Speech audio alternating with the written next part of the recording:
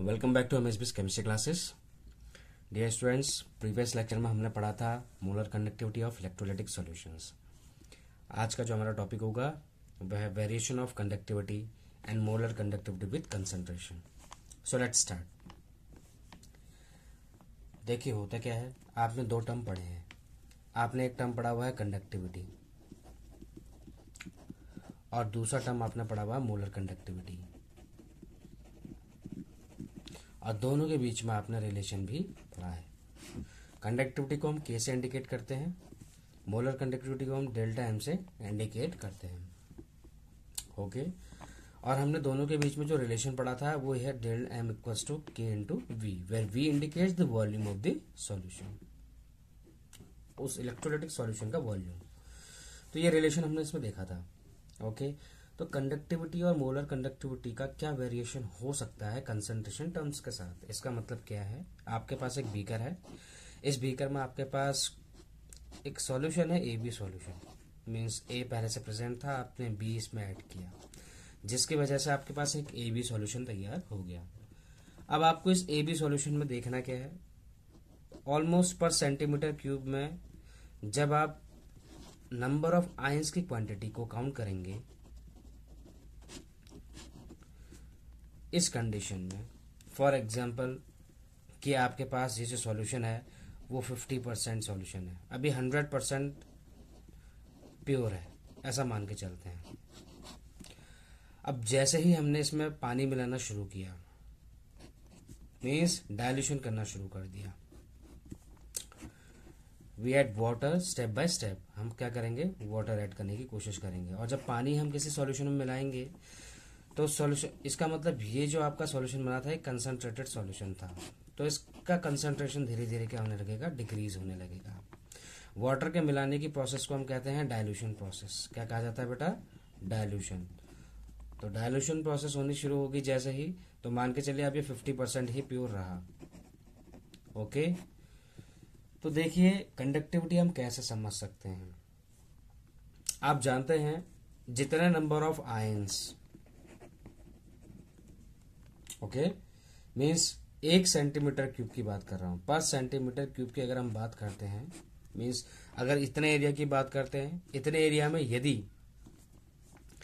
पहले आपका concentrated solution था तो इसका मतलब 100% प्योर था, तो 1 सेंटीमीटर क्यूब में मान के चलिए अगर पहले 4 आयंस आपको मिलते हैं पर सेंटीमीटर क्यूब, तो डाइल्यूशन करने के बाद, वाटर ऐड करने के बाद आपके पास पर सेंटीमीटर क्यूब में 2 आयंस रह जाएंगे। इसका मतलब ये हो गया कि जैसे जैसे सॉल्यूशन का वॉल्यूम बढ़ेगा, वॉल्यूम पहले कम था, वी इतना ही था, अब वॉल्यूम जो है उसका इंक्रीज कर गया है क्योंकि वाटर ऐड किया जा रहा है। मीन्स डाइल्यूशन प्रोसेस करने पर जब वॉल्यूम बढ़ता है सॉल्यूशन का, तो उसमें जो नंबर ऑफ आयंस पर सेंटीमीटर क्यूब की बात कर रहे हैं, अभी हम किसकी बात कर रहे हैं, पर सेंटीमीटर क्यूब में जो नंबर ऑफ आयंस की क्वांटिटी होती है वो नंबर ऑफ आयंस क्या कर जाते हैं, डिक्रीज हो जाते हैं। इसका मतलब ये हो गया कि एज द डाइल्यूशन इंक्रीजेस, जैसे जैसे हम डाइल्यूशन करेंगे, इसका मतलब नंबर ऑफ आयंस क्या करने लगेगा, डिक्रीज होने लगेगा, नंबर ऑफ आयंस। तो हम ये कह सकते हैं पर सेंटीमीटर क्यूब में। देखिए आपसे बोला गया है कि जैसे जैसे डाइल्यूशन बढ़ाएंगे, डाइल्यूशन बढ़ेगा, तो आप बताइए पर सेंटीमीटर क्यूब में नंबर ऑफ आयंस की क्वांटिटी बढ़ने लगेंगी या घटने लगेंगी। जाहिर सी बात है अब वो क्वांटिटी डिक्रीज होगी। डिक्रीज होने का मतलब कि अगर ये वैल्यू बढ़ेगी तो ये वैल्यू क्या करेगी, डिक्रीज करेगी। इसका मतलब दोनों का जो रिलेशन है वो कैसा है, इनवर्स रिलेशन है। तो हम यहाँ से ये कंक्लूड कर सकते हैं कि डाइल्यूशन के बढ़ने की वजह से आयंस की जो क्वांटिटी होती है पर सेंटीमीटर क्यूब में वो क्या करती है, डिक्रीज करती है। और एक बात और जानते हैं आप ये भी जानते हैं कि जो नंबर ऑफ आयंस जितने ज्यादा होंगे उतना ज्यादा उस सॉल्यूशन की क्या होगी, कंडक्टिविटी होगी, ये आप जानते हैं। तो हम क्या इन दोनों इक्वेशन को कोरिलेट कर सकते हैं, जैसे dilute inverse of number of ions and number of ions is directly proportional to conductivity. तो हम क्या ऐसा लिख सकते हैं कि as the dilution increases, conductivity of the solution क्या करने लगेगा, डिक्रीज करने लगेगा। तो क्या हम इस रिलेशन को ऐसा लिख सकते हैं, जैसे जैसे डाइल्यूशन बढ़ेगा तो कंडक्टिविटी सॉल्यूशन की क्या होने लगेगी, डिक्रीज होने लगेगी। इसका रीजन आपको समझ में आ गया। तो ये जो वेरिएशन था आपका कंडक्टिविटी का उस कंसंट्रेशन के साथ था। कंसंट्रेशन टर्म जहां भी यूज होगा आपको समझना है कि यहाँ पर आपने एक इलेक्ट्रोलाइटिक सॉल्यूशन तैयार किया है। ओके, मेटल्स के केस में कंडक्टिविटी जब हम पढ़ते हैं तो सिर्फ टेम्परेचर का डिफरेंस आता है, लेकिन जब हम इलेक्ट्रोलाइटिक सॉल्यूशन की बात करते हैं तो वहां कंडक्टिविटी टर्म्स को समझने के लिए हमें दो टर्म को समझना जरूरी है। पहला आपका टेम्परेचर और दूसरा आपका कंसंट्रेशन टर्म। ओके, हम जानते हैं पहले सॉल्यूशन का कंसंट्रेशन कुछ और था, अब कंसंट्रेशन कुछ और हो चुका है। मीन्स जब वेरिएशन इन कंसंट्रेशन हुआ दोनों सॉल्यूशन में तो उसके और वेरिएशन इन कंसंट्रेशन किस वजह से हुआ? डाइल्यूशन प्रोसेस की वजह से वेरिएशन इन कंसंट्रेशन हुआ दोनों सॉल्यूशन की। तो जिस वजह से अगर कंसंट्रेशन चेंज है तो दोनों की कंडक्टिविटी में भी अंतर आएगा। इसका मतलब जिसमें पर सेंटीमीटर क्यूब आयंस की क्वांटिटी ज्यादा होंगी वहां पर कंडक्टिविटी ज्यादा होगी उस सॉल्यूशन की। इसका मतलब दोनों में यदि आपसे क्वेश्चन पूछा जाए ए और बी सॉल्यूशन में से किस सॉल्यूशन की कंडक्टिविटी ज्यादा होगी, तो आप जानते हैं जिसके पर सेंटीमीटर क्यूब में ज्यादा आयंस होंगे उसकी कंडक्टिविटी ज्यादा होगी।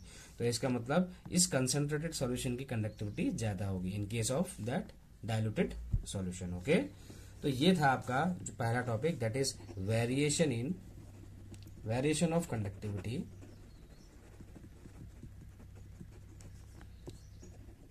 With concentration. Okay, means conductivity का अगर मैं कंसंट्रेशन टर्म की बात करता हूं, इन दोनों को कंडक्टिविटी और दोनों एक दूसरे पर डिपेंड करता है कंसंट्रेशन टर्म। ठीक है, इसको अभी आप कंसंट्रेशन मान के चलिए और ये क्या आपका कंडक्टिविटी है। ओके, दोनों एक दूसरे पे क्या करती हैं? डिपेंड रहती हैं। इसका मतलब जैसे जैसे कंसंट्रेशन चेंज होगा मीन्स कंसंट्रेशन डिक्रीज करेगा, कंसंट्रेशन डिक्रीज करने की वजह से कंडक्टिविटी भी डिक्रीज करती है, तो डायरेक्टली प्रोपोर्शनल कह सकते हैं। ओके, तो कंडक्टिविटी भी कम हो जाएगी। कंसंट्रेशन कम हो रहा है ना, देखिए पहले 100% था लेकिन अब 50% रह गया, तो कंसंट्रेशन क्या हो गया? डिक्रीज। जब कंसंट्रेशन डिक्रीज हुआ तो इसका मतलब इसकी कंडक्टिविटी भी क्या हो गई बेटा? डिक्रीज हो गई है। कैसे डिक्रीज हुई? As the dilution increases. अब जो हमें समझना है वो है आपका मोलर कंडक्टिविटी का वेरिएशन, किसके साथ? कंसंट्रेशन के साथ। तो आप अगला टॉपिक है हमारा variation of molar conductivity with concentration.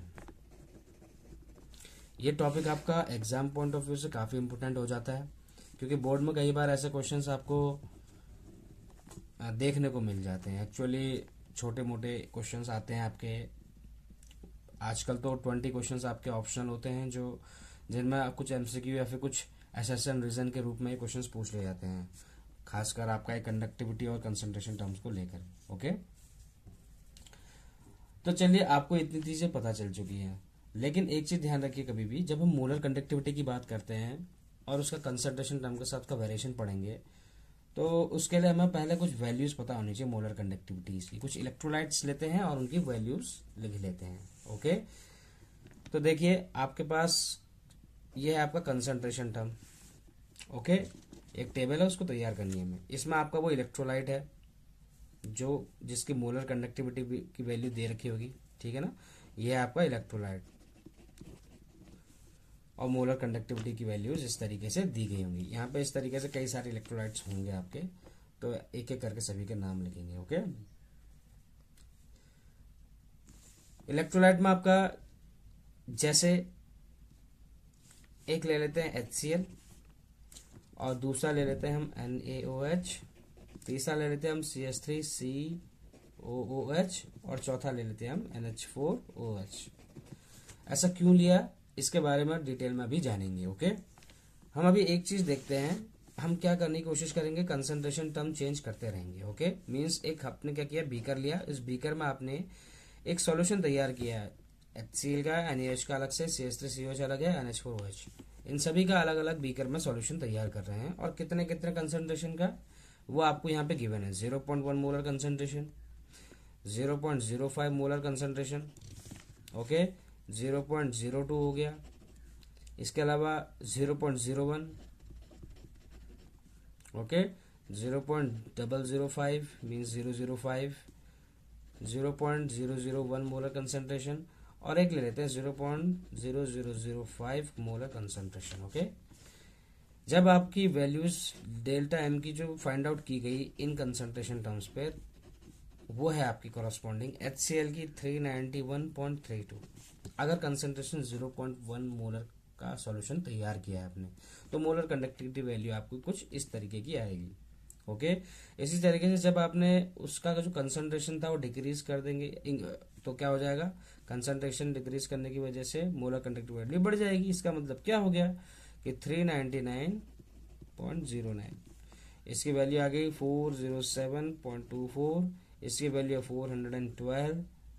Okay, इसकी है 415.80, इसकी वैल्यू आपकी 421.366 और इसकी वैल्यू आपकी 422.74। ओके, और NaOH के लिए जो वैल्यूज कैरी आउट की गई हैं वो है आपका 0.01 कंसंट्रेशन से स्टार्ट होती है इसकी वैल्यू, दैट इज 238। देन इसके बाद इसकी वैल्यू होती है 240.8, देन 244.7 एंड 245.6। एक्चुअली ये वैल्यूज आपकी बहुत ज़रूरी हैं, इनसे आपको एक टर्म समझ में आएगा मोलर कंडक्टिविटी और कंसंट्रेशन के बीच का। ओके, इसीलिए आपको ये वैल्यूज अभी याद तो नहीं करनी है, लेकिन आपको इनका वेरिएशन समझ में आना चाहिए, इसीलिए आपको ये एग्जांपल कराया जा रहा है। ओके, तो इसी तरीके से कुछ वैल्यूज NaCl, ये आपकी NaOH की वैल्यूज थी, जैसे कुछ वैल्यूज CH3COH की लिख लेते हैं। इसकी वैल्यू जैसे यहाँ पे 5.2 है, इसकी उसके बाद 7.4 हो गई, देन उसके बाद 11.6 हो गई यहाँ पे आते आते। ओके, और उसके बाद ये वैल्यू 16.2 हो गई, इस तरीके से। और कुछ NH4OH की वैल्यूज देख लेते हैं। इसकी 3 हो गई यहाँ पे कंसंट्रेशन पे, इस पे 11.3 और इसकी होगी 34 और इसकी होगी 46.9। तो ये वैल्यूज देखने के बाद हमें क्या समझ में आया, इस पूरे टेबल को स्टडी करने के बाद हमें एक चीज तो समझ में आ गई है। वो चीज क्या है, ध्यान से देखें कि जैसे जैसे आपका कंसंट्रेशन चेंज होता रहेगा वैसे वैसे डेल एम की वैल्यू जो होगी आपकी मोलर कंडक्टिविटी की इन सभी इलेक्ट्रोलाइट्स के लिए चेंज होती रहेगी। किसी भी डिफरेंट कंसंट्रेशन सॉल्यूशन में दो उन सेम इलेक्ट्रोलाइट की जो वैल्यूज होंगी डेल एम की वो सेम नहीं होंगी, डिफरेंट होंगी। जैसे मान के चलिए आपने 0.1 मोलर कंसंट्रेशन का 391.32 वैल्यू है, इसका कंसंट्रेशन टर्म आपने इतना किया तो 399.09 वैल्यू बढ़ गई, मींस मोलर कंडक्टिविटी बढ़ रही है। इसका मतलब यह है आपने उस सॉल्यूशन का जो कंसंट्रेशन था डिक्रीज किया। ध्यान से समझिए, 0.1 वैल्यू और 0.05 वैल्यू इन दोनों को कंपेयर करते हैं हम। ओके, कंपैरिजन से हमें समझ में आएगा। आपके पास दो वैल्यूज है, एक है आपके पास 0.1 मोलर कंसंट्रेशन और एक है आपके पास 0.05 मोलर कंसंट्रेशन, जिसमें डेल एम की वैल्यू जो है ये आपकी कंसंट्रेशन टर्म की वैल्यू और या डेल एम की वैल्यू, इसमें आई आपकी 391.32 और इसमें आई आपके 399.09। अब आप देखिए दो वैल्यूज को कंपेयर करने की कोशिश करते हैं, इससे क्या पता चलता है। देखिए होता क्या है कि आपके पास ये जो वैल्यूज लिखी गई हैं इन वैल्यूज में आपको ये समझना पड़ेगा कि आपके पास एक बीकर है। ओके, आपका ये जो कंसंट्रेशन 0.1 मोलर कंसंट्रेशन का सॉल्यूशन है, जिसमें कि आपकी वैल्यू डेल एम की कितनी आई ये बता रहे हैं, यह है 391.32। अब ये कह रहे हैं कि वो जो सॉल्यूशन था अब उसको 0.05 मोलर कंसंट्रेशन का सॉल्यूशन बन गया। आप खुद ही बताइए, और इसमें डेल एम की वैल्यू 399.09। अब आप एक चीज बताइए कि दो कंसंट्रेशन के सॉल्यूशन है, इन दोनों में से किसका कंसंट्रेशन ज्यादा है, 0.1 का कंसंट्रेशन ज्यादा है या 0.05? आप देख रहे हैं कि 0.1 वैल्यू बड़ी है 0.05 से। इसका मतलब concentration of A and B में से ए का कंसंट्रेशन क्या है, ज्यादा है बी की तुलना में। इसका मतलब हम ये कह सकते हैं कि आपने इसमें क्या किया, डाइल्यूशन किया है, मींस इसमें आपने क्या करना शुरू कर दिया, वाटर ऐड करना शुरू कर दिया। आपने वाटर ऐड करना इसमें शुरू कर दिया। जब आपने वाटर ऐड किया तो वाटर ऐड करने की वजह से आप जानते हैं ना, दोबारा से वही कंसेप्ट। अब इसको समझिए कैसे होता है। एक्चुअली ये है आपका प्योर कंसंट्रेटेड सॉल्यूशन। ओके, यह आपका कॉन्सेंट्रेटेड सॉल्यूशन ऐसा कह सकते हैं। और सपोज ये 70% कॉन्सेंट्रेटेड सॉल्यूशन है। ये जो कॉन्सेंट्रेटेड सॉल्यूशन है 70%, उसमें वाटर ऐड करने के बाद इसको हमने लगभग 60% बना दिया फॉर एग्जाम्पल। है दोनों अभी भी कॉन्सेंट्रेटेड सॉल्यूशन, लेकिन दोनों में से कंसंट्रेशन किसका ज्यादा है, आपका ए बीकर का ज्यादा है, बी का कम है। ओके, तो 70% कॉन्सेंट्रेटेड सॉल्यूशन होने की वजह से इसको 50 ले लेते हैं। क्या होगा यहाँ पे, जितने भी आपके प्योर सॉल्वेंट्स होंगे उनके पार्टिकल्स क्या होंगे, ज्यादा होंगे। इसका मतलब ये हो गया कि अगर हम पर सेंटीमीटर क्यूब की वैल्यू की बात करते हैं, पर सेंटीमीटर क्यूब इतने एरिया की अगर हम बात करेंगे, तो पर सेंटीमीटर क्यूब में आपको क्या मिलेगा, नंबर ऑफ जो पार्टिकल्स होंगे वो काफी कैसे होंगे, डेंस होंगे। किस केस में ज्यादा डेंस होंगे, डेंस का मतलब जिनकी डेंसिटी ज्यादा होगी, पर सेंटीमीटर क्यूब में डेंसिटी उनकी क्या होगी, ज्यादा होगी। ओके, तो डेंसिटी ज्यादा होने की वजह से, सेम पार्टिकल की होने की वजह से इसमें क्या होता है, इंटर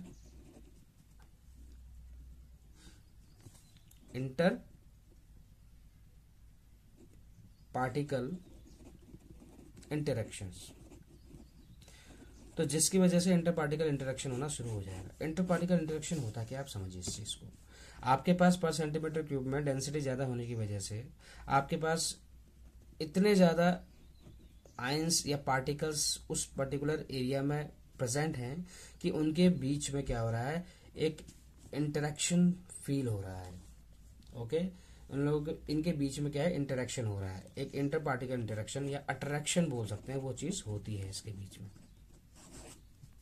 जिसकी वजह से क्या होता है कि इनका जो हिंड्रेंस होता है, इसका हिंड्रेंस बंद हो जाता है, नो फ्री मूवमेंट। तो इसका मतलब पार्टिकल्स जो होते हैं उनका मूवमेंट फ्री नहीं हो सकता ऐसे केस में, जब डेंसिटी ज्यादा हो पर सेंटीमीटर क्यूब में, किनकी, आयंस की। तो आयंस की पर सेंटीमीटर क्यूब में डेंसिटी ज्यादा होने की वजह से उनके बीच में इंटर आयनिक इंटरेक्शंस लगे रहते हैं, मींस अट्रैक्शन लगता रहता है, जिस वजह से उनका जो मूवमेंट होता है वो फ्री नहीं होता, मींस वो फिक्स पोजीशन पे रहते हैं। और आप जानते हैं कि कभी इलेक्ट्रोलाइटिक सॉल्यूशन में जो इलेक्ट्रिसिटी की कंडक्ट करती है, मींस कंडक्टिविटी टर्म जो हम डिफाइन करते हैं, वो कंडक्टिविटी आती किस वजह से, मूवमेंट ऑफ फ्री आयंस की वजह से। तो अगर फ्री मूवमेंट नहीं हो सकेगा, या फिर हम कह सकते हैं लेस फ्री मूवमेंट होता है, मींस आयंस जो होंगे बहुत कम होंगे जो मूवमेंट शो कर सकेंगे, तो जिस वजह से कंडक्टिविटी कैसी हो जाएगी, इसकी डिक्रीज हो जाएगी। तो कंडक्टिविटी के हम क्या कह सकते हैं, कंडक्टिविटी डिक्रीजेस। इसका मतलब जितना ज्यादा डेंसिटी होगी उन आयंस की, उनके बीच में फ्री मूवमेंट उतना कम हो पाएगा, जिसकी वजह से आयन या पार्टिकल्स जो होंगे वो सॉल्यूशन में कंडक्टिविटी शो नहीं कर पाएंगे। इसका मतलब उसकी कंडक्टिविटी कैसी होगी, डिक्रीज हो जाएगी, कम हो जाएगी। लेकिन जैसे ही हमने इसमें डायल्यूशन प्रोसेस स्टार्ट कर दी, समझिए इस बात को, जैसे हमने डायल्यूशन प्रोसेस स्टार्ट किया तो डायल्यूशन से क्या हुआ, इसका कंसंट्रेशन डिक्रीज हो गया। डायल्यूशन बढ़ना और कंसंट्रेशन डिक्रीज होना दोनों रिवर्स होता है। इसका मतलब dilution is always inverse of concentration. इसका मतलब ये हो गया कंसंट्रेटेड सॉल्यूशन, ठीक है ना। मीन्स एक डायल्यूटेड सॉल्यूशन है और एक कंसंट्रेटेड सॉल्यूशन है, तो दोनों एक दूसरे के इनवर्स रिलेशन में होते हैं। तो आप डायल्यूशन बढ़ा रहे हैं तो इसका अंदर उसका कंसंट्रेशन डिक्रीज कर रहे हैं। अब कंसंट्रेशन डिक्रीज करने का मतलब क्या है, आपका वॉल्यूम तो बढ़ ही गया है, साथ में ये जो पार्टिकल्स थे आपके पर सेंटीमीटर क्यूब में, पहले पर सेंटीमीटर क्यूब में इतने पार्टिकल्स थे, लेकिन अब पर सेंटीमीटर क्यूब में पार्टिकल्स की क्वांटिटी क्या हो जाएगी, डिक्रीज हो जाएगी। तो हम कह सकते हैं पर सेंटीमीटर क्यूब में जो नंबर ऑफ आयंस बोल सकते हैं या पार्टिकल्स बोल सकते हैं, वो क्या हो जाएंगे, डिक्रीजेस। और जब ऐसा होगा, नंबर ऑफ पार्टिकल पर सेंटीमीटर क्यूब में डिक्रीज हो जाएंगे, तो ऐसे केस में जो आयंस होंगे उनके पास फ्री मूवमेंट करने के लिए ज्यादा कंडीशन प्रोवाइड होंगी, क्योंकि पर सेंटीमीटर क्यूब में नंबर ऑफ आयंस डिक्रीज हो जाने की वजह से वो स्पेस खाली हो जाएगा, जिसकी वजह से जो आयंस होंगे उनका फ्री मूवमेंट स्टार्ट हो जाएगा।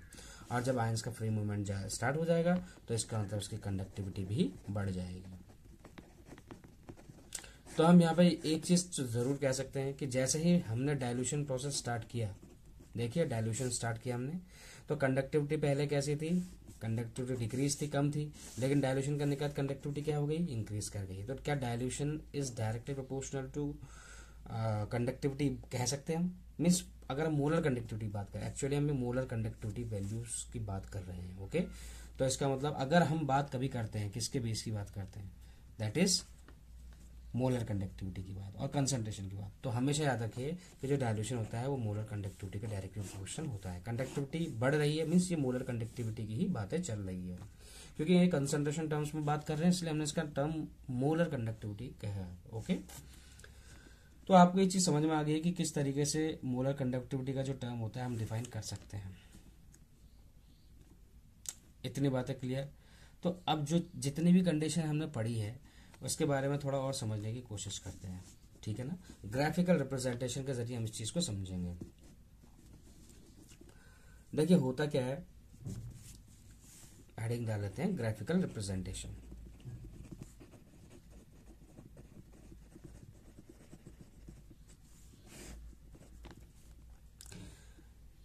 एक्चुअली हमारे पास दो केसेस हैं, ओके।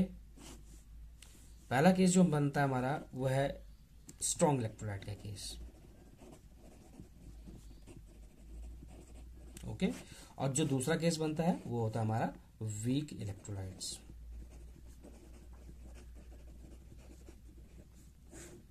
तो स्ट्रॉन्ग और वीक इलेक्ट्रोलाइट के केस में हमें ग्राफिकल रिप्रेजेंटेशन के जरिए समझना है कि कैसे स्ट्रॉन्ग और वीक इलेक्ट्रोलाइट के केसेस में जो मोलर कंडक्टिविटी का जो टर्म होता है वो वेरिएट करता है। आपने ये तो पढ़ लिया, मोलर कंडक्टिविटी की वैल्यू डायल्यूशन के साथ साथ क्या करती है, इंक्रीज करती है, ओके। तो अब आपको इसके आगे का टर्म समझना है कि स्ट्रॉन्ग के केस में कैसे करेगा और वीक के केस में कैसे करेगा, ओके। देखिए स्ट्रॉन्ग इलेक्ट्रोलाइट के केस में होता क्या है कि जैसे जैसे कंसंट्रेशन की जो वैल्यू होती है ना, जो आपका कंसंट्रेशन टर्म होता है, जैसे जैसे ये जीरो की वैल्यू को अप्रोच करने लगता है, जीरो का मतलब हम कंसंट्रेशन को डिक्रीज कर रहे हैं। अगर ये पहले वैल्यू इसकी 100 थी और 100 से हम इसको क्या कर रहे हैं, जीरो बनाने की कोशिश कर रहे हैं, ओके। तो ऐसे केस में क्या होता है, जो मोलर कंडक्टिविटी की वैल्यू होती है ना इनकी, तो वो एक ऐसी वैल्यू में पहुंच जाता है, मीन्स जैसे ही कंसंट्रेशन डिक्रीज करने लगेंगे तो मोलर कंडक्टिविटी वैल्यू एक ऐसी वैल्यू को अटेन कर लेता है जिसको हम डेल्टा नॉट एम से इंडिकेट करते हैं और जिसका नाम कहते हैं limiting molar conductivity. Limiting molar conductivity term दिया जाता है उसका नाम। अब ये लिमिटिंग मोलर कंडक्टिविटी होता क्या है, अब इसको ग्राफ के जरिए समझने की कोशिश करते हैं। आपके पास एक ग्राफ है, ओके। ये आपका कंसंट्रेशन टर्म है, ओके। और कंसंट्रेशन टर्म जो होता है आपका वो हम अंडर रूट में लेते हैं। अभी बाद में आपको पता चलेगा कि क्वेश्चन के जरिए कैसे आया है। साथ में आपको डेल एम की वैल्यू जो है यहाँ पे दे रखी है, कैसी आएगी। आपको बोला क्या है, जैसे जैसे कंसंट्रेशन डिक्रीज किया, मान के चलिए कंसंट्रेशन 0 यहाँ है और यहाँ 100 कंसंट्रेशन है, तो कंसंट्रेशन डिक्रीज कर रहा हूँ। तो जैसे जैसे कंसंट्रेशन में डिक्रीज करूंगा तो मुझे ग्राफ के जरिए ये पता चला कि ये जो एक वैल्यू है, एक स्ट्रॉन्ग इलेक्ट्रोलाइट के केस की बात कर रहे हैं हम। एग्जाम्पल के लिए हम किसका पढ़ लेते हैं, KCl का। तो KCl का एक ग्राफ हमें देखने को कैसा मिलता है कि जैसे जैसे कंसंट्रेशन डिक्रीज करेंगे वैसे वैसे जो आपका एक वैल्यू होती है, यह KCl के लिए, ओके। जो आपकी मोलर कंडक्टिविटी की जो वैल्यू थी वो क्या करने लगी, एक ऐसी वैल्यू को अटेन कर लिया जिस पर कि उस वैल्यू को हम बोलते हैं डेल्टा नॉट एम, और यही कहलाता है आपका लिमिटिंग मोलर कंडक्टिविटी। ये वैल्यू KCl के लिए आपको एक ग्राफ मिला। अब लिमिटिंग मोलर वैल्यू, अगर हम KCl की बात करें तो इसकी जो लिमिटिंग मोलर कंडक्टिविटी की वैल्यू होती है दैट इज 149.8 आती है। वही चीज अगर हम वीक इलेक्ट्रोलाइट के केस में पढ़ने की कोशिश करते हैं तो देखिए कैसे समझेंगे इसको। एक्चुअली जिस तरीके से वीक इलेक्ट्रोलाइट में एक एग्जांपल लेते हैं CH3COH। देखिए होता क्या है, स्ट्रॉन्ग इलेक्ट्रोलाइट के केस में आपने समझा कि KCl की जो मोलर कंडक्टिविटी वैल्यू होती है वो it approaches a definite value and that definite value is known as limiting molar conductivity, okay. Weak electrolyte के केस में क्या होता है, एक्चुअली जैसे जैसे हम कंसंट्रेशन टर्म को डिक्रीज करने की कोशिश करते हैं तो जो आपका मोलर कंडक्टिविटी वैल्यू होती है वो भी डिक्रीज करती है, लेकिन इंक्रीज करती है, लेकिन कुछ समय बाद क्या होती है, वो एक वैल्यू कांस्टेंट हो जाती है। जैसे एसिटिक एसिड के लिए जो वैल्यू देखी गई कुछ इस तरीके से एसिटिक एसिड की वैल्यू को देखा गया। Molar conductivity value acetic acid के लिए कुछ इस तरीके से ग्राफिकल रिप्रेजेंटेशन दिखता है कि जैसे जैसे कंसंट्रेशन डिक्रीज किया तो मोलर कंडक्टिविटी वैल्यू इंक्रीज करती रही और एक समय ऐसी वैल्यू पे आ गई कि वो इस y एक्सिस के पैरेलल हो गई, पैरेलल टू y एक्सिस। इसका मतलब वीक इलेक्ट्रोलाइट के केस में वो लिमिटिंग मोलर कंडक्टिविटी की वैल्यू को क्या कर सकता है, अटेन नहीं कर सकता। लेकिन लिमिटिंग मोलर कंडक्टिविटी की वैल्यू को अटेन कौन कर सकते हैं? Strong electrolytes.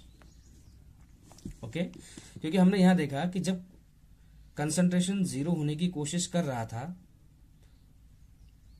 जैसे ही कंसंट्रेशन 0 की ओर को बढ़ा तो जो ग्राफ था वो ऑलमोस्ट इस वाई एक्सिस के पैरेलल हो गया। ओके, इसीलिए यहां पर डेल्टा नॉट एम की वैल्यू लिमिटिंग मोलर कंडक्टिविटी के टर्म में नहीं आ सकती। अब आप एक चीज और देखिए, इसीलिए जब ये वीक इलेक्ट्रोलाइट्स होते हैं और वीक इलेक्ट्रोलाइट की जो डेल्टा नॉट एम की जो वैल्यू होती है, actually limiting molar conductivity strong electrolyte को, तो इसके जरिए हम ग्राफिकल रिप्रेजेंटेशन में शो कर सकते हैं और प्लॉट बना सकते हैं इसका। लेकिन वीक इलेक्ट्रोलाइट के लिए लिमिटिंग मोलर कंडक्टिविटी वैल्यू को पढ़ने के लिए हमें सिर्फ ग्राफिकल रिप्रेजेंटेशन से काम नहीं चलेगा। इसके लिए हमें कोई दूसरी टॉपिक्स पढ़ने पड़ेंगे। उसके लिए एक हम टॉपिक पढ़ते हैं जिसको हम बोलते हैं कॉलरॉस लॉ। क्या बोलते हैं बेटा? कॉलरॉस लॉ। तो कॉलरॉस लॉ जो है हम वो कभी डिफरेंट टॉपिक जब स्टार्ट होगा उसके बाद पढ़ेंगे। उसमें देखेंगे कि किस तरीके से वीक इलेक्ट्रोलाइट्स के लिए लिमिटिंग मोलर कंडक्टिविटी वैल्यू को निकाला जा सकता है। इतनी बातें आपको समझ में आ गई होंगी। जब लिमिटिंग मोलर कंडक्टिव वैल्यू की बात आती है तो हमेशा ध्यान रखिए स्ट्रॉन्ग इलेक्ट्रोलाइट के केस में वो अचीव होता है on the basis of graphical representation, means when we plot a graph between molar conductivity and concentration term. Okay, अब हम थोड़ा सा एक्सप्लेनेशन देखेंगे किस तरीके से जो मोलर कंडक्टिविटी है वो वेरिएट करती है वीक इलेक्ट्रोलाइट और स्ट्रॉन्ग इलेक्ट्रोलाइट के केस में। तो एक्सप्लेनेशन है ये किस चीज के लिए? Variation of molar conductivity.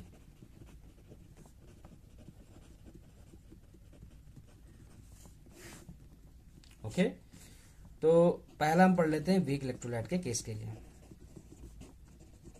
देखिए, वीक इलेक्ट्रोलाइट के केस में मैंने जो आपको समझाया था वही चीज आपको यहाँ पे देखनी है। आप जानते हैं वीक इलेक्ट्रोलाइट्स कैसे होते हैं? जाहिर सी बात है, वो ऐसे होते हैं जिनका लो डिग्री होती है आयनाइजेशन की। Low degree of ionization means ionization जिनका पॉसिबल नहीं होता कंप्लीट। ओके, जैसा आपने इसमें क्या डाला, कोई एक वीक इलेक्ट्रोलाइट डालने की कोशिश की तो वो कंप्लीट आयनाइजेशन नहीं हुआ, कुछ आयंस टूट गए लेकिन कुछ आयंस वैसे के वैसे रह गए। इसका मतलब सभी आयंस का कंप्लीट डिसोसिएशन नहीं हुआ है। तो लो डिग्री ऑफ क्या कह सकते हैं हम? आयनाइजेशन। ओके, मीन्स आयंस में टूटने की प्रोसेस को आयनाइजेशन कहा जाता है। इसका मतलब क्या है कि अगर कम आयंस होंगे तो कंडक्टर गुड कंडक्टर होगा या पुअर कंडक्टर होगा? इसका मतलब ये कैसा होगा? Poor conductor. मीन्स कंडक्टिविटी ठीक से नहीं हो पाएगी उस सॉल्यूशन में। तो हम कह सकते हैं पुअर कंडक्टर भी होगा और इसका मतलब इसका पुअर आयनाइजेशन भी हो रहा है। ओके, पुअर कंडक्टर भी है और पुअर आयनाइजेशन भी इसका हो रहा है। जैसे ही हमने इसको एक्वस सॉल्यूशन में इसका सॉल्यूशन तैयार किया, ठीक है। और अगर इसका आयनाइजेशन कंप्लीट नहीं हुआ या हम कह सकते हैं लो डिग्री ऑफ आयनाइजेशन हुआ, तो इसकी वजह से क्या डेल्टा एम की वैल्यू भी लो हो जाएगी? जाहिर सी बात है, क्योंकि मोलर कंडक्टिविटी का मतलब है कि कितनी इलेक्ट्रिसिटी इसमें फ्लो हो सकती है। ओके, इस पूरे सॉल्यूशन में कम आयंस होंगे तो कम होगा। इसका मतलब लिमिटिंग मोलर कंडक्टिविटी बोले, मोलर कंडक्टिविटी वैल्यू जो होगी अभी इसके लिए क्या हो जाएगी? कम हो जाएगी। ये वीक इलेक्ट्रोलाइट की बात चल रही है तो मोलर कंडक्टिविटी टर्म से हम इसको कोरिलेट करेंगे। ओके, अब जैसे ही हम इसका डायल्यूशन बढ़ाते हैं, इसका मतलब मैंने अब क्या कर दिया, इस बीकर में मैंने डायल्यूशन स्टार्ट कर दिया है। डायल्यूशन का मतलब आप समझे होंगे, मैं वाटर ऐड करना शुरू कर दूंगा। इसका मतलब इसके पर सेंटीमीटर क्यूब में जो नंबर ऑफ आयंस की क्वांटिटी थी पहले ज्यादा थी, लेकिन अब जैसे मैं डायल्यूशन स्टार्ट करूंगा तो नंबर ऑफ आयंस की क्वांटिटी पर सेंटीमीटर क्यूब में क्या हो जाएंगी? डिक्रीज हो जाएंगी। ओके, तो अभी हम वीक इलेक्ट्रोलाइट के केस के लिए पढ़ रहे हैं और मोलर कंडक्टिविटी का वेरिएशन पढ़ रहे हैं, ना कि कंडक्टिविटी का। तो इसके लिए हम समझेंगे क्या होगा। जैसे हम डायल्यूशन इंक्रीज करेंगे तो आयनाइजेशन का जो डिग्री होगी ना वीक इलेक्ट्रोलाइट की, वो बढ़ जाएगी। इसका मतलब जो वीक इलेक्ट्रोलाइट जो टूट नहीं पा रहे थे, अब वो क्या होगा? वाटर को ऐड करने के बाद इनका भी क्या होना शुरू हो जाएगा? आयनाइजेशन शुरू हो जाएगा। इसका मतलब जो आयंस रह गए थे, आयंस में नहीं टूट रहे थे, उन आयंस का भी अब क्या होना शुरू हो जाएगा? आयनाइजेशन। और वो पॉजिटिव और नेगेटिव आयंस में क्या हो जाएंगे? सॉल्यूशन में टूट जाएंगे।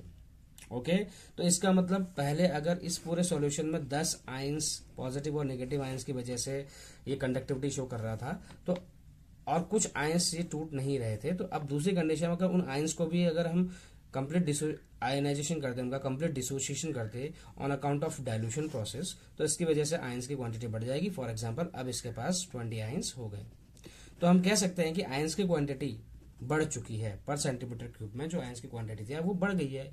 तो जिसकी वजह से क्या होगा, डाइल्यूशन बढ़ा, तो इसका मतलब इसकी जो आयनाइजेशन होगा वो भी बढ़ गया। हम ये कह सकते हैं कि डाइल्यूशन बढ़ा, तो डाइल्यूशन के बढ़ने की वजह से क्या हो गया, आयनाइजेशन भी बढ़ गया, आयनाइजेशन इंक्रीजेस, ठीक है ना। तो इसका मतलब ये हो गया जिसकी वजह से डेल्ट एम की वैल्यू भी क्या हो जाएगी, इंक्रीज होने लग जाएगी। तो सभी टर्म एक दूसरे से कोरिलेट करते हैं on the basis of complete dissociation, incomplete dissociation of weak electrolytes, इसीलिए इनको वीक इलेक्ट्रोलाइट भी कहा जाता है। तो वीक इलेक्ट्रोलाइट का केस समझ में आ गया होगा आपको, किस तरीके से वीक इलेक्ट्रोलाइट के केस में हम डिग्री ऑफ आयनाइजेशन के आधार पर उसका मोलर कंडक्टिविटी वैल्यू को कोरिलेट कर सकते हैं। तो हम ये कह सकते हैं कि जो आपका डाइल्यूशन होता है अल्टीमेटली वो क्या करता है, डायरेक्टली प्रोपोर्शनल होता है मोलर कंडक्टिविटी की वैल्यू के। इसका अंदर डाइल्यूशन बढ़ेगा तो मोलर कंडक्टिविटी बढ़ेगी, किसके केस में, वीक इलेक्ट्रोलाइट के केस में। और आप जान चुके हैं कि जब कंसंट्रेशन की वैल्यू 0 हो जाए, कंसंट्रेशन की वैल्यू अगर 0 की तरफ होने लगेगा, ग्राफ में आपने समझा था कि कंसंट्रेशन की वैल्यू जैसी 0 हो जाएगी तो जो डिग्री ऑफ आयनाइजेशन होगा वो एक वैल्यू को अप्रोच कर लेगा, ठीक है ना।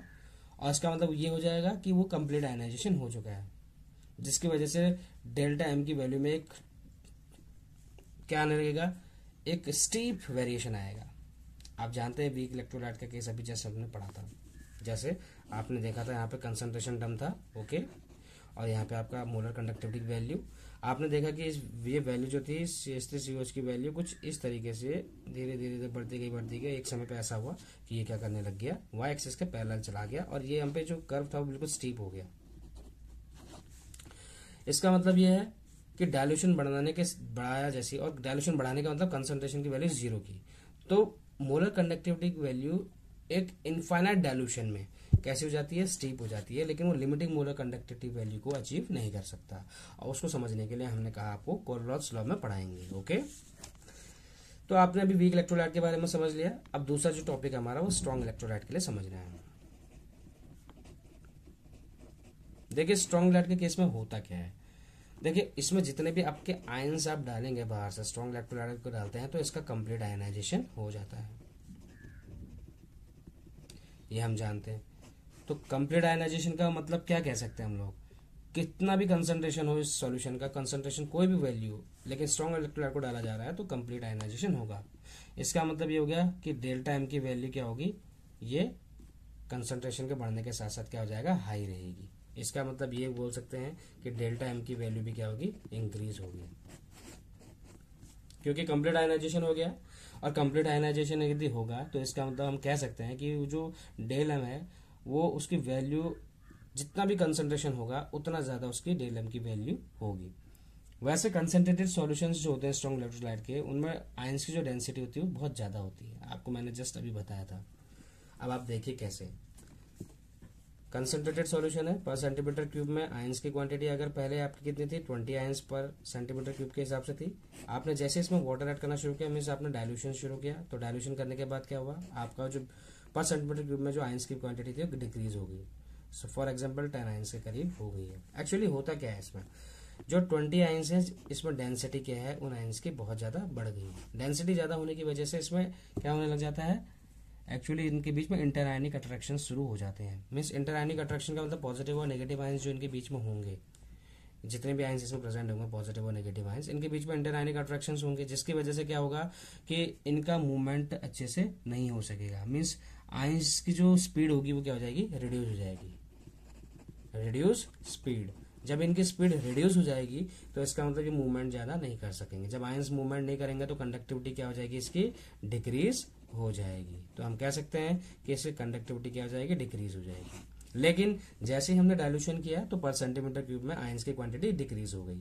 जब आयंस की क्वांटिटी डिक्रीज हो जाएगी तो इसकी वजह से डेंसिटी क्या हो जाएगी, डेंसिटी भी डिक्रीज हो जाएगी। और डेंसिटी डिक्रीज होगी तो इसकी जो स्पीड होगी, अब जो आयंस होंगे इंटर आयनिक अट्रैक्शन कम होगा और स्पीड जो होगी ज्यादा होगी। तो अगर स्पीड ज्यादा होगी तो इसका मतलब हम कह सकते हैं कंडक्टिविटी भी क्या हो जाएगी, इसकी बढ़ जाएगी। तो कंडक्टिविटी इंक्रीजेस। तो आप समझ चुके हैं कि डायल्यूशन के साथ साथ कैसे कंडक्टिविटी की वैल्यू में मीन्स मोलर कंडक्टिविटी की वैल्यू में अंतर आता है।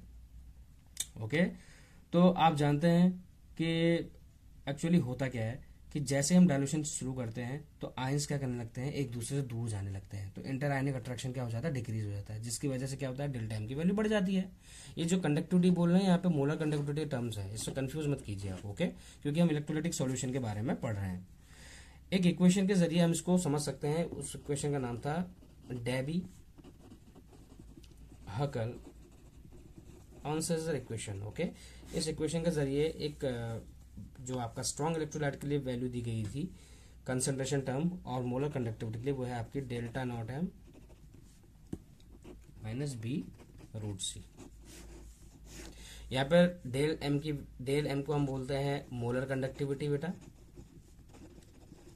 डेल्टा नॉट एम को हम कहते हैं लिमिटिंग मोलर कंडक्टिविटी। ओके, इसी तरीके से आपकी जो बी टर्म है ये होता है कांस्टेंट टर्म। क्या होता है, कांस्टेंट, जो कि किस चीज पे डिपेंड करेगा, उस सॉल्यूशन की विस्कोसिटी पे डिपेंड करेगा। ओके, और इसके अलावा इसका डाइलेक्ट्रिक कांस्टेंट जो होगा उस सॉल्यूशन का, उस पर डिपेंड करेगा। ओके, बी एक कांस्टेंट टर्म होता है, किसके ऊपर डिपेंड करेगा, ये सॉल्वेंट की बात कर रहे हैं।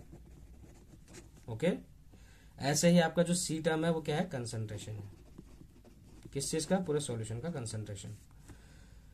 यहां पर कभी आपको इस इक्वेशन के जरिए कोई ऐसा न्यूमेरिकल आपको शायद ही देखने को मिले, लेकिन कभी कभी ये क्वेश्चन आपके वन वर्ड या फिर मल्टीपल चॉइस क्वेश्चन में आ सकता है। इसके ये टर्म डेबी हकल एंड ऑनसाइजर ने दिया था, ये इस वजह से दिया था ताकि वो क्या कर सके, समझा सके मोलर कंडक्टिविटी और लिमिटिंग मोलर कंडक्टिविटी के बीच का टर्म। अब आप एक बात देखिए, इसका मतलब यह हो गया कि जो डायल्यूशन होगा, डायल्यूशन जितना ज्यादा करेंगे मींस मोलर कंडक्टिविटी वैल्यू उतनी ज्यादा होगी। ये समझ में आया हमें, कहाँ पर, इस जगह पे भी मींस कंसंट्रेशन जितना कम करेंगे मोलर कंडक्टिविटी वैल्यू बढ़ती जाएगी। अब आप ग्राफ के जरिए समझिए, आपसे बोला गया कंसंट्रेशन टर्म जितना कम करेंगे लेकिन मोलर कंडक्टिविटी वैल्यू बढ़ती ही जाएगी, बढ़ती जाएगी ना। तो देखिए इस तरीके से बढ़ती जा रही, एक समय ऐसा आएगा कि ये मोलर कंडक्टिविटी जो वैल्यू होगी वो जीरो कंसंट्रेशन पे इसको जीरो कर देंगे। अगर यहाँ पे कंसंट्रेशन टर्म जीरो हो जाए, रूट सी में सी की वैल्यू अगर जीरो हो जाए तो ये पूरा टर्म आपका क्या हो जाएगा, जीरो हो जाएगा, और इस वहां जगह पे आपका डेल्टा नॉट एम के बराबर पहुंच जाएगा। इसका मतलब जैसे ही कंसंट्रेशन हम जीरो कर देंगे तो मोलर कंडक्टिविटी की जो वैल्यू है वो एक ऐसी वैल्यू को अटेन कर लेगा जो लिमिटिंग मोलर कंडक्टिविटी टर्म कहलाता है। तो यही टर्म मैं आपको यहाँ समझाना चाह रहा था, यही क्या आपका लिमिटिंग मोलर कंडक्टिविटी टर्म कहलाता है। ओके, तो ये जो था आपका वीक एंड स्ट्रॉन्ग इलेक्ट्रोलाइट के केस के लिए इस तरीके से एक्सप्लेनेशन था, जो कि आपके आने वाले टॉपिक्स के लिए बहुत ज़्यादा ज़रूरी है। ओके, आई होप आज का टॉपिक आपको ठीक से समझ में आया होगा। यदि आपकी कोई क्वायरीज हो, यदि आपको कोई क्वेश्चन पूछना हो तो आप कमेंट सेक्शन में ज़रूर पूछिए। Okay, till then keep doing work hard.